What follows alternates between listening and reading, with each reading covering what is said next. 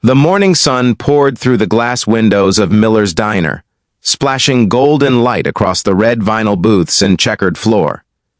It was the kind of place where the smell of fresh coffee mingled with sizzling bacon, and the waitresses knew the regulars by name.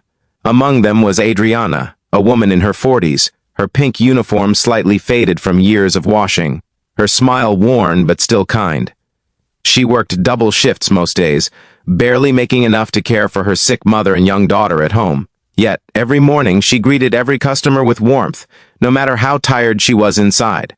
That morning, her routine was interrupted by the loud entrance of a young man, a teenager with messy styled hair, designer sneakers, and a phone he seemed more attached to than reality. Liam Parker, 18 years old, the son of a wealthy real estate tycoon, had come into the diner with a smirk that screamed arrogance.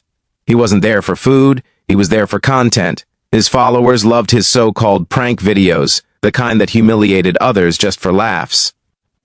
Adriana approached with her usual gentle smile and asked if he'd like something to eat.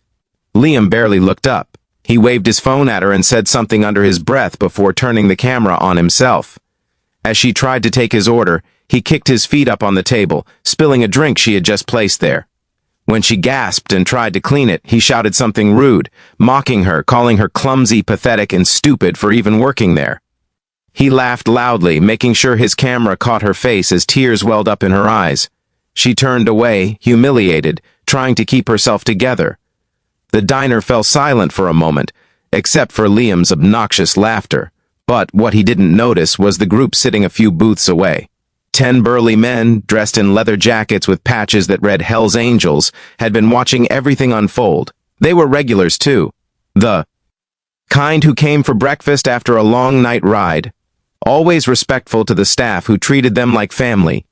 If you believe that kindness, respect, and second chances can change the world, take a second to like, comment, share, and subscribe to this channel, because what happened next will remind you that humanity still exists in the most unexpected places.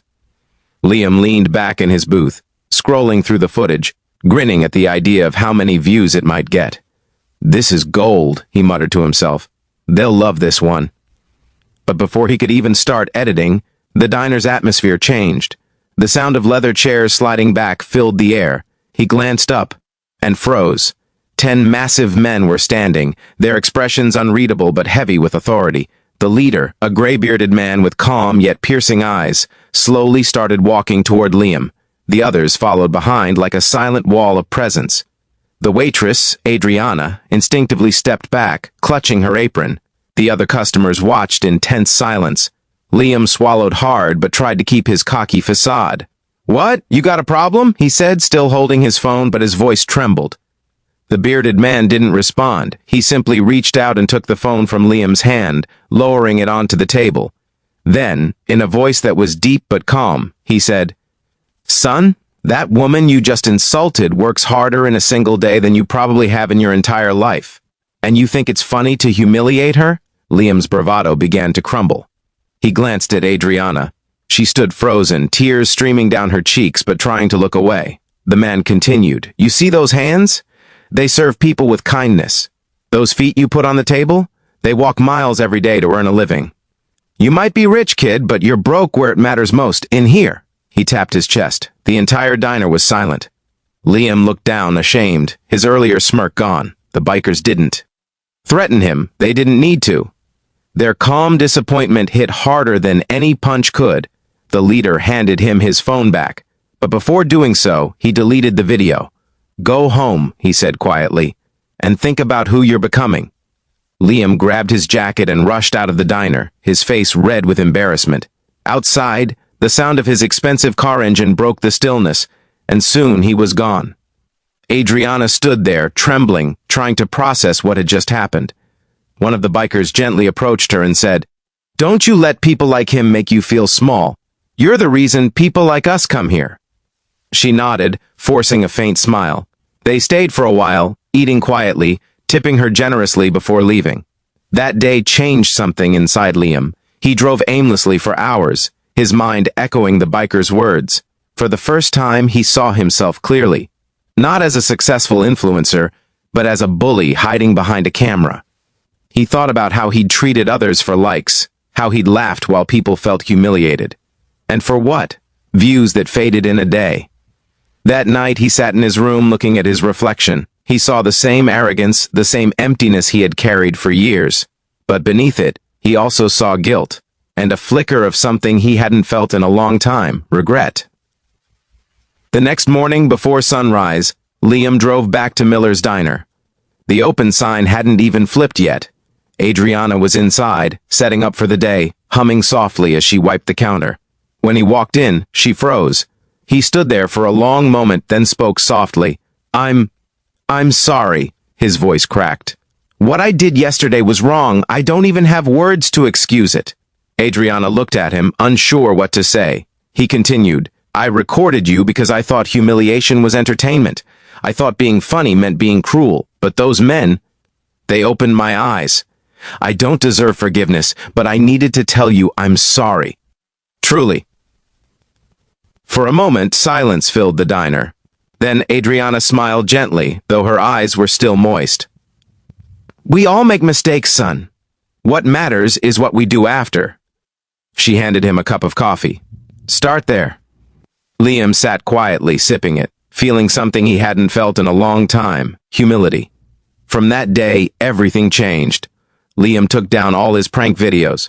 His followers were confused, angry even, but he didn't care. Instead, he started making videos that lifted people up, helping strangers, volunteering, sharing real stories of kindness and redemption. His views dropped at first, but then, unexpectedly, something beautiful happened. People started connecting, not because of laughter, but because of emotion. They began sharing their own stories of change, forgiveness, and second chances. Months later, Liam walked into the diner again. This time, the same group of bikers was there, laughing over breakfast. Adriana smiled warmly when she saw him.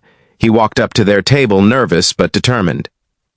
Hey, he said softly, I just wanted to thank you. You all changed my life that day. The leader looked up and grinned. Nah, kid, you changed it yourself. We just reminded you who you really are. Liam nodded, his throat tightening. He turned to Adriana and placed an envelope on the counter. For your daughter's college fund, he said quietly. It's not charity, it's gratitude. Adriana opened it later, tears filling her eyes as she saw a scholarship check made out to her daughter's name. Liam left that day, not as the arrogant teen who walked in months before, but as a young man who had finally understood the meaning of decency and humility. He learned that wealth doesn't come from money or fame, but from compassion and respect, the things you give freely that can never be taken away. That diner would forever hold two stories, one of humiliation and another of redemption. And sometimes, the difference between the two is just one act of courage. The courage to change. If this story touched your heart, please take a moment to like, share, and subscribe, because kindness deserves to be seen more often in this world. Comment below, I believe in second chances. Let's fill the comments with hope, so stories like this never fade away.